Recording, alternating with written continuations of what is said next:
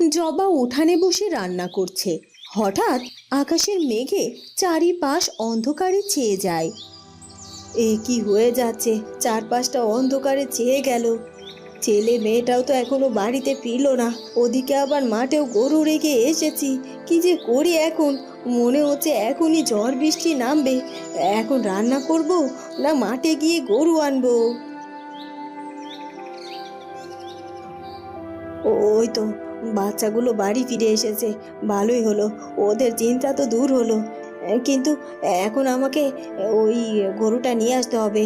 মা, তুই একটু বরং রান্নাটা দেখিস কেমন? আমি যাই গরু নিয়ে আসি, আর দেখিস আগুনে আবার হাত পুড়িয়ে ফেলিস না যেন। জবা তাড়াতাড়ি করে মেঘের মধ্যেই মাঠে যায় গরু আনতে।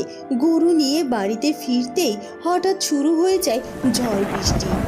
হায় হায় হায়, গরুটা নিয়ে বাড়িতে তো এখনো পৌঁছতে পারলাম না, ঝড় বৃষ্টি উঠে এলো। বাচ্চা দুটো যে বাড়িতে কি করছে কে জানে। জবা ভিজতে ভিজতে গরু নিয়ে বাড়িতে ফিরে আসে। যাই গরুটাকে গোয়াল ঘরে বেঁধে রেখে আসি।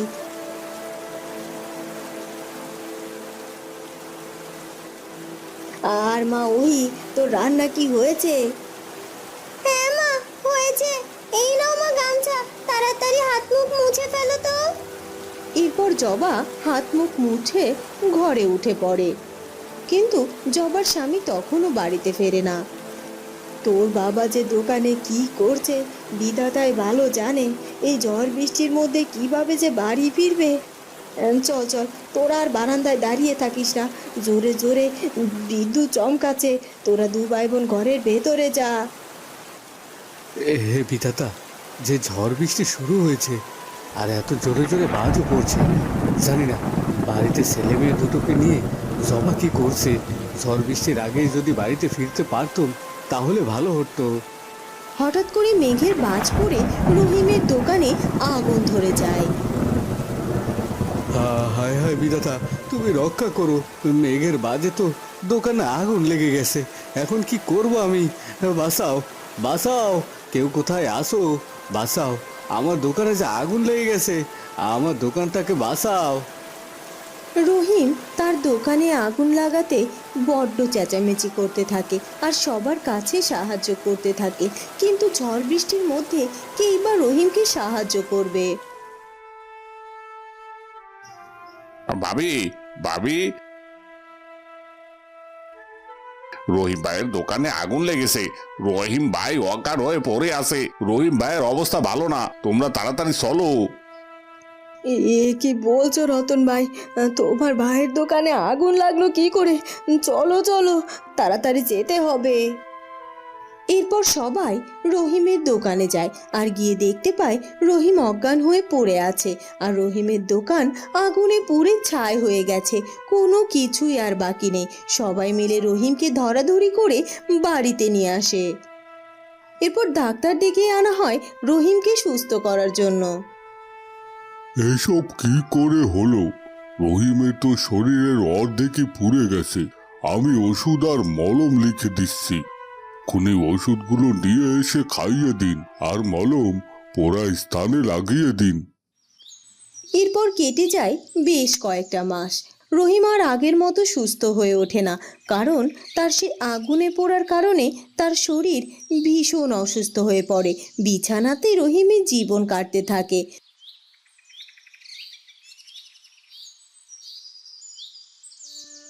জবা খুব কষ্ট করে সংসার চালাতে থাকে। সে লোকের বাড়ি কাজ করে কোনো রকম সংসার চালায়।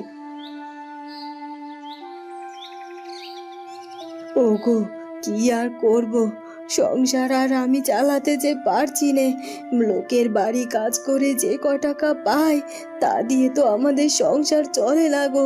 ছেলে মেয়ে দুটোর মুখে যে একটু ভালো মন্দ তুলে দেব তাও পারি না। বিধাতা, তুমি কি পরীক্ষা নিচ্ছ? আমরা কি পাপ করেছি? এই কোন পাপের শাস্তি দিচ্ছ তুমি? কি করব জবা বলো, আমি যে বিছানা থেকে উঠতেই পারি না, চলাফেরা করতে পারি না। আমার জন্য তো তোমাদের কষ্ট হয়। আমি হয়তো কোনো পাপ করেছিলাম, এখন আমাদের সবাইকে সে পাপের শাস্তি পেতে হচ্ছে। হে বিধাতা, আমি আর বেঁচে থাকতে চাই না। এভাবে বেঁচে থাকার কোনো মানে হয় না। আমি আমার এই দুটি চোখে আমার বউ ছেলে মেয়েদের কষ্ট দেখতে পারছি না। হে বিধাতা, তুমি আমাকে তুলে নাও। এভাবে আমি আর বেঁচে থাকতে চাই না।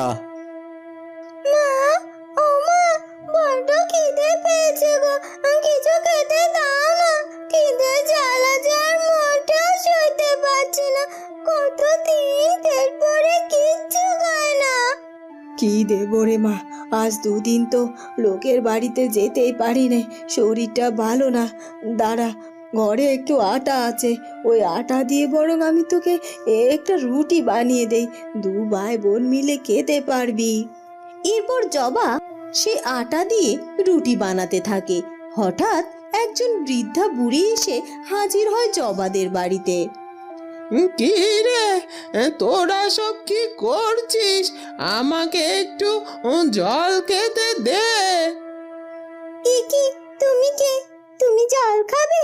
দাঁড়াও, আমি তোমাকে জল দিচ্ছি। এই নাও তোমার জল। এরপর বুড়ি সেই জলটুকু খেয়ে নেয়।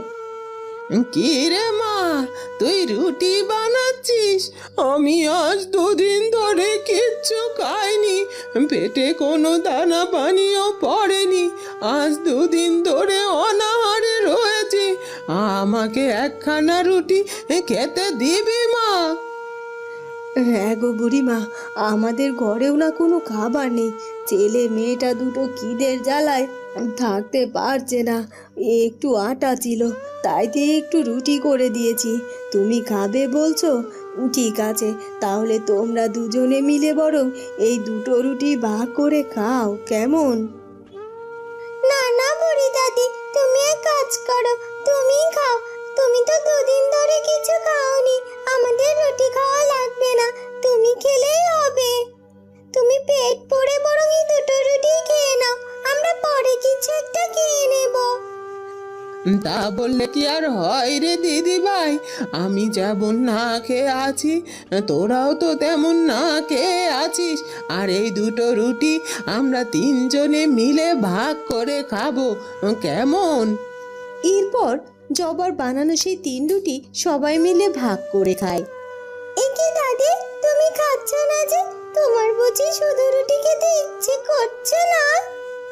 না রে, তেমন কিছু না। এই যে আমার ভাগে একটু রুটি ছিল, এই রুটিটা আমি খাবো না রে। এটা আমি ওদের উঠানে পুঁতে রেখে যাব। দেখবি কালকে সকালে তোদের এখানে একটা রুটির গাছ হবে। এইসব কি বলছো কি? তুমি রুটি না খেয়ে উঠানে পুঁতে রাখবে? আর রুটির কি গাছ হয় নাকি কখনো? তুমি কি আমাদের সাথে মজা করছো দাদি? না রে বাছা, মজা করছি না। কালকে সকালে আমার কথা মিলিয়ে নিস। আমি তবে এখন আসি, কেমন? কিন্তু বুড়িমা, আপনি যে বললেন আপনি আজ দুদিন ধরে খিচুড়ি খাননি, আপনি রুটি না খেয়ে উঠানে পুঁতে রাখলে কি হবে? তাহলে আপনি কি খাবেন? আমার খাওয়া লাগবে না রে, আমার পেট এমনিতেই ভরে গেছে। আমাকে নিয়ে তোদের এত চিন্তা করতে হবে না। এই কথা বলে বুড়ি সেই রুটিটুকু নিয়ে তাদের উঠানে পুঁতে দেয়। এখন আমি আসি রে মা, আমাকে যে ফিরতে হবে। মা, ও মা, ওই বুড়ি দাদিটা বলে গেল আমাদের উঠানে নাকি রুটির গাছ হবে। সত্যি সত্যি কি হবে? বলো না মা, বলো না। জানি না রে মা, বুড়িমা তো রুটিটুকু না খেয়ে পুঁতে রেখে গেল। বিধাতা চাইলে তো সব কিছু সম্ভব। কাল সকালেই দেখা যাবে যে সত্যি রুটির গাছ হয় কিনা। তোরা বরং এখানেই থাক, তোদের বাবাকে ওষুধ খাইয়ে আসি। জবা রহিমকে ওষুধ খাওয়াতে ঘরে যায়।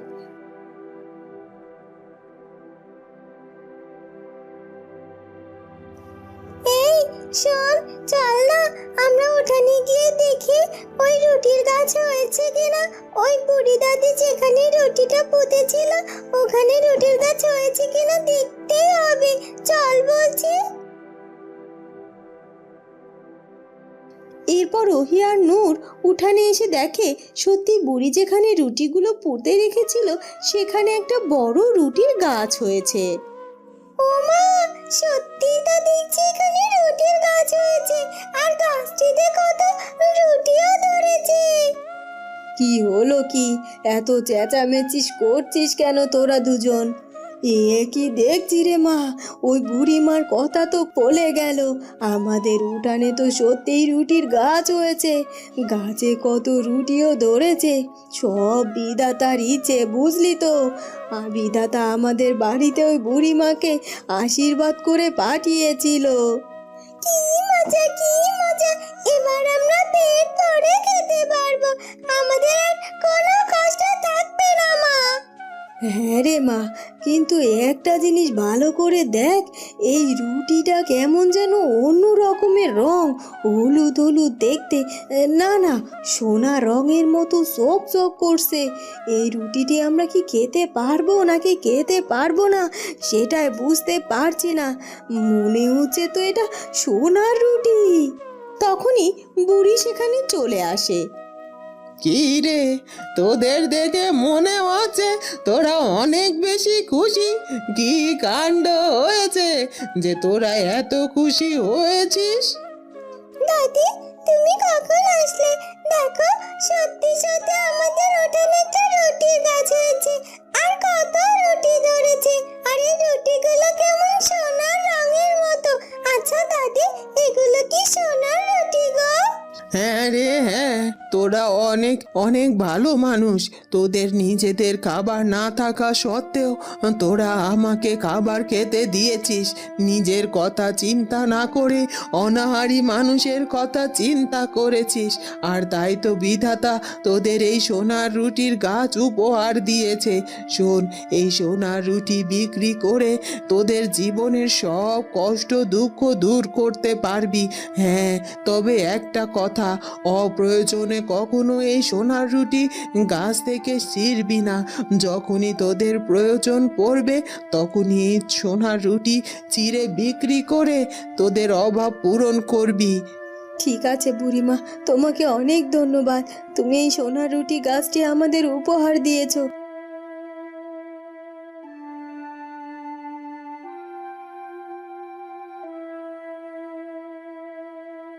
দোকানে যায় সেই সোনার রুটিটি বিক্রি করতে, আর সেটি বিক্রি করে রহিমের চিকিৎসা করে। এরপর কেটে যায় বেশ কিছুদিন, রহিম সুস্থ হয়ে ওঠে এবং জবা, রহিম এবং তাদের বাচ্চারা সুখে শান্তিতে জীবন পার করতে থাকে।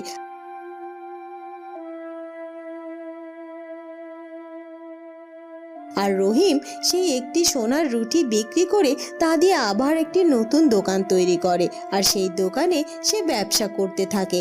এরপর তাদের জীবন সুখে শান্তিতে পার হতে থাকে। বন্ধুরা, কেমন লাগলো আমাদের আজকের গল্পটি? যদি ভালো লাগে তাহলে অবশ্যই আমাদের চ্যানেলটিকে সাবস্ক্রাইব করে দিও। দেখা হবে নতুন কোনো গল্প নিয়ে। ধন্যবাদ।